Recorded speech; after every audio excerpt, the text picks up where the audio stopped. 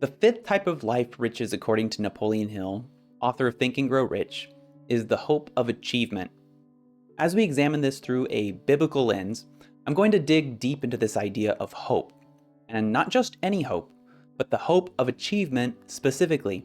Because hope is a big word, and technically it can mean anything from a passing fancy to a specific expectation of a future outcome. Let's first acknowledge something that's very special and unique about hope.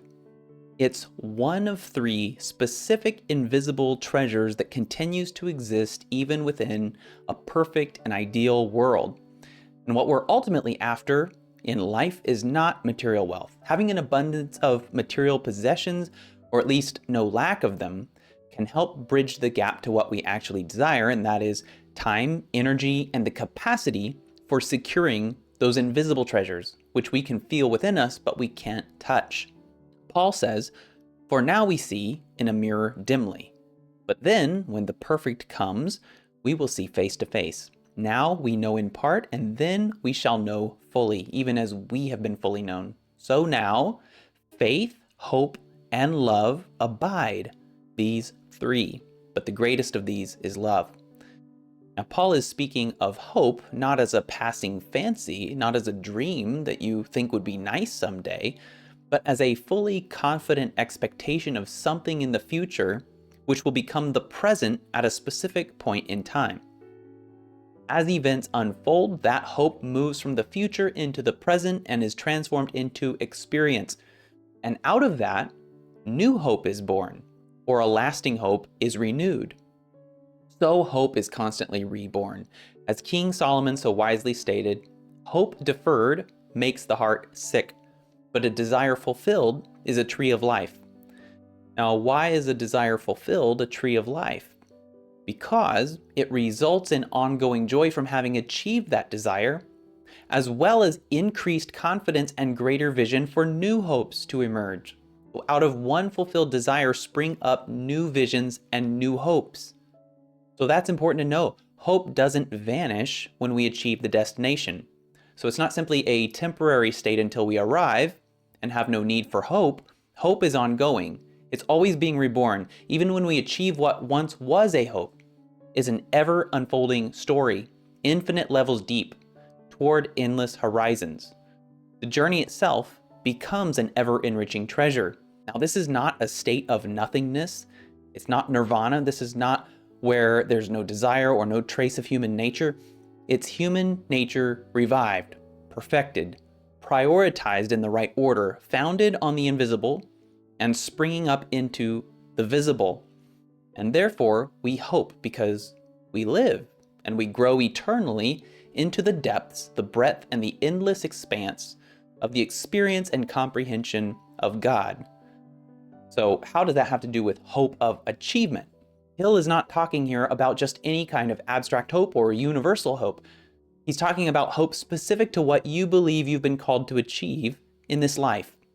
We'll talk about faith in the future, but hope is different from faith. In Hill's 12 Riches, the capacity for faith follows after the hope of achievement. Because first you have to have a destination toward which you direct your faith. So think of it this way. Hope is the internal vision that is confidently expected. Faith is the action that aligns with that confident expectation. So hope without faith becomes simply a daydream. Faith without hope becomes a pursuit of disconnected objectives.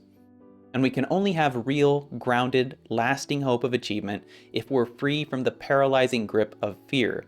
Now, we might continue to hope while remaining fearful, but that kind of hope becomes more of an impotent wish because our expectation is rooted in the fear of failure rather than the confidence of achievement. That's why freedom from fear comes before hope of achievement.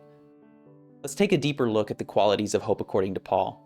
In his letter to the Romans, Paul associates hope with three other related qualities: joy, peace, and patience. Paul writes, "Rejoice," which means to express joy, "in hope. Be patient in tribulation. Be constant in prayer." He says elsewhere, in that same letter, "May the God of hope fill you with all joy and peace in believing, so that by the power of the Holy Spirit you may abound in hope." Now, of course, when Paul's writing this, he's not talking about business or personal achievement. He has in mind the hope of God's intervention in human activities, when God comes and sets things right, when he brings his reward with him. And that happened in degrees throughout Israel's history, as well as in Jesus' time and beyond. That kind of hope of God's divine intervention, God's sovereign action, is specifically what Paul is referencing here. But when it comes specifically to the hope of achievement, the characteristics of hope that Paul defines are extremely important to recognize. Hope is associated with three things: joy, peace, and patience. Joy, because when we are fully confident in a future outcome, we are mentally and emotionally already there, experiencing a foretaste of it, so to speak, because we know that it's been signed over to us. It's on its way. Jesus said, "Therefore I tell you, whatever you ask in prayer, believe that you have received it, and it will be yours." This belief that something has been received or officially signed over to you on its way is the hope. The faith is the acting out of that belief. The natural outflow of that confidence is joy. Hope is associated with peace because confidence in the future brings clarity out of chaos. It's the lens through which you can view the world of infinite data and know where to look, and you interpret and understand the story that's unfolding. Knowing where to look and how to draw the story out of the world around us produces peace. Even if we don't know precisely the material outcome, we can have confidence in the goodness of the outcome and the depth of the treasure which awaits us in that future. This produces peace. And finally, patience. Paul says patience in tribulation.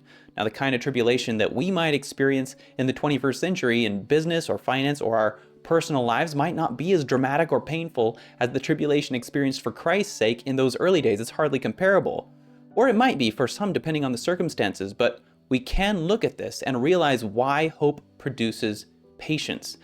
Because if we're confident in the future, then we have patience even when we don't yet see that hope realized. We have patience even in the dip, in the valleys, in those moments where the right action is unclear. There are no guarantees.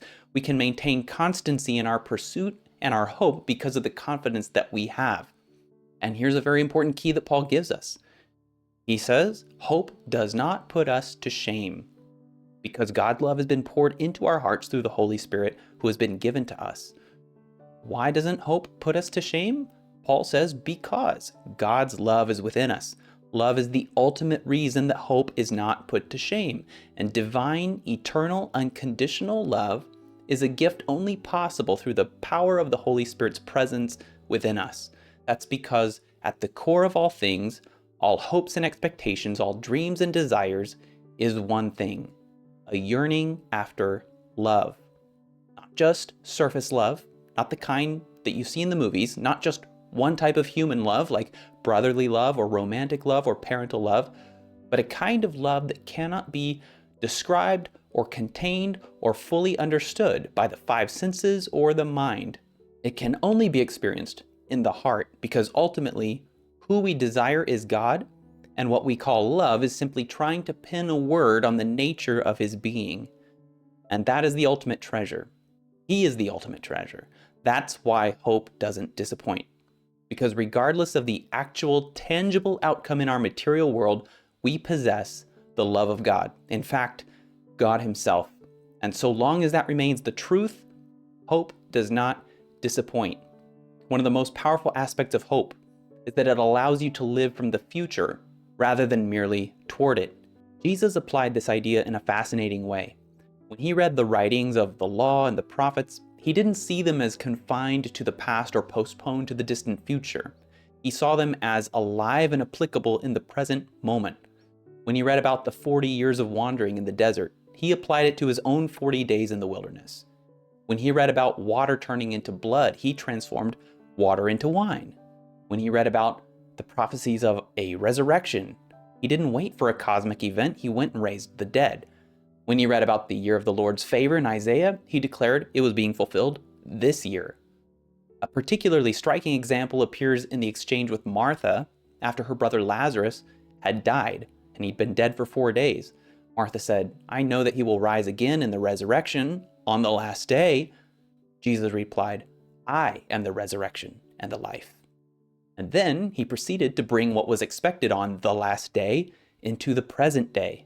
This offers an extraordinary example of the essence of hope properly understood. It allows us to live from the perspective of a future outcome that is already secure in God's hand, simply doing our part now in a way that feels natural, faithful, and aligned with where we are ultimately headed.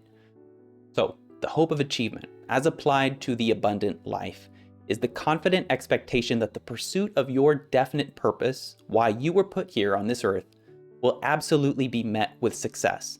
And in that full confidence, you rejoice, experience peace, and act consistently through patience with the understanding that the achievement of this desire has already been signed over to you. All that remains for you to do is to reach out and receive it.